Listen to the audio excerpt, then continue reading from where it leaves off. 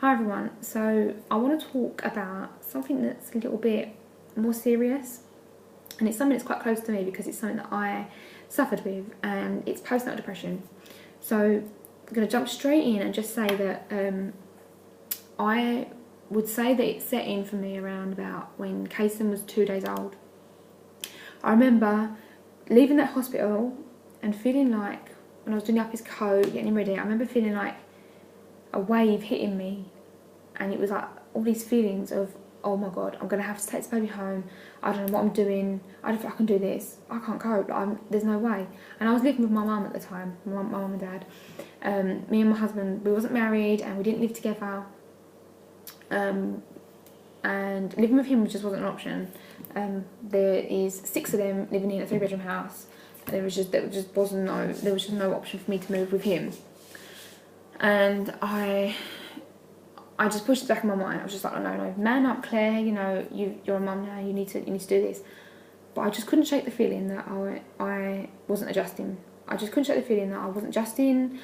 I wasn't connecting with Kason. I wasn't enjoying it. He was really fussy.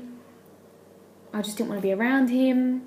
And when I look back now, it's a horrible thing. It's terrible because I don't even want to remember my son's first year of life, because it was just, the memories that I have, I just feel like when I look back and think about it, it's like it's clouded and it's dark and it's dismal and it's grey and it's sad, and I just don't want to remember it.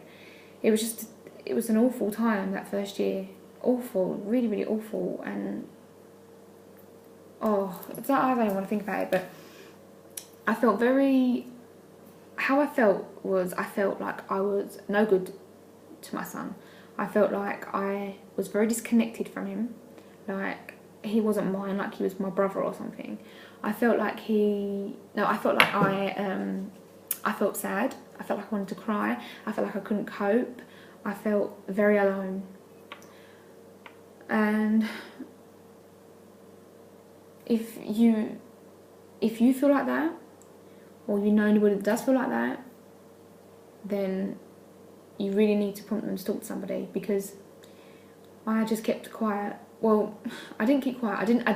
I often mention things like, I find it really hard and I'm not coping. I don't know if I really enjoy this and it's really hard. I was constantly going on moaning about it, but I didn't openly say, please help me. I'm struggling. I don't enjoy this. I hate being a mum. I didn't openly come out and say that.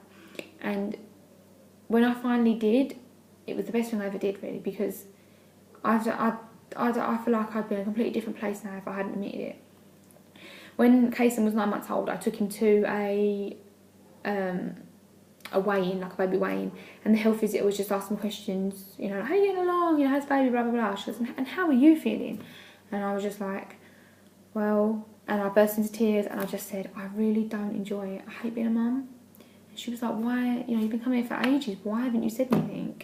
And people say that you're not meant to know that you have it, or that people don't admit it. I think you do. I think deep down you know that there's something not right. I'm usually quite a strong person, and I'm really, really open about my feelings, and I often mention things, but like I said, I never really come out and said it.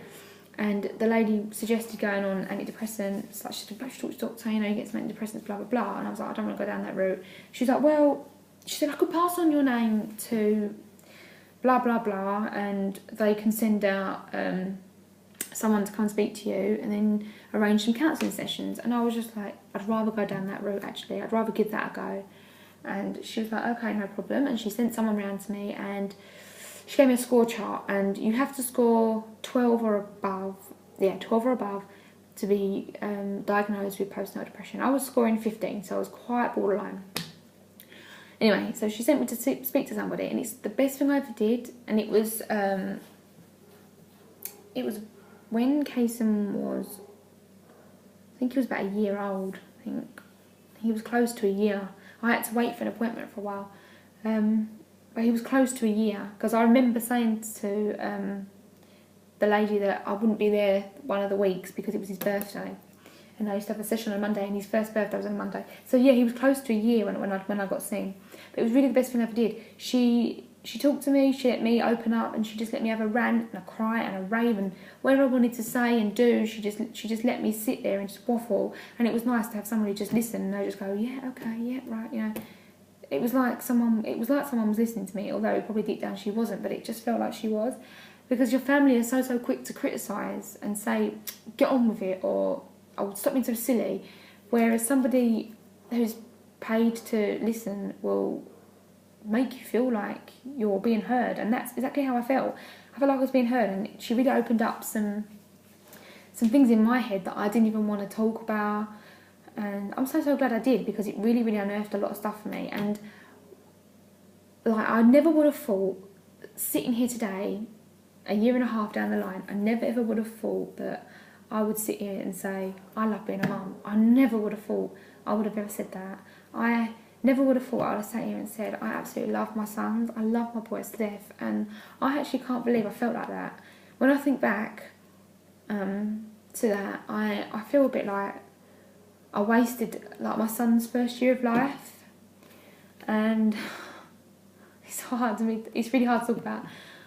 I feel like I wasted like his whole year, because I feel like I didn't appreciate it. And that's why when I got pregnant with Noah, I was determined that I was going to remember every little second. I think that's one of the reasons why I made my pregnancy vlogs on here, because I really wanted to make a change. I wanted things to be different, and I always stated that for my pregnancy, I wanted things to be different from the go, like from the word go. I wanted things to be different. I wanted to remember everything. I wanted to cherish every little thing, because I missed it so much. And I still feel really guilty that like I did that to Kaysen, and I know it wasn't my fault. And that's the thing you need to remember: it's not your fault. It really isn't. Depression is all to do with a chemical imbalance in the brain, and it's completely not your fault. Completely not. It's just something that happens, and we have no control over it. And you need to remember that. You just need to remember that you're not alone. And if you know anybody who's going through this, it's not unusual to feel how they feel, or how, if you're going through it, it's not unusual to feel how you're feeling. There are so many people out there that do get it and feel like that. And that's one of the reasons why I did those pills, those placenta pills, was because I wanted to do everything in my power to completely avoid feeling the way I felt back then. I never wanted to go down that path again. And when I got pregnant the second time, because Noah was a little surprise, when I got pregnant the second time, my husband was like, oh no, like, Claire, you know, I don't want to go down that path again. Like, I don't know if I can do this.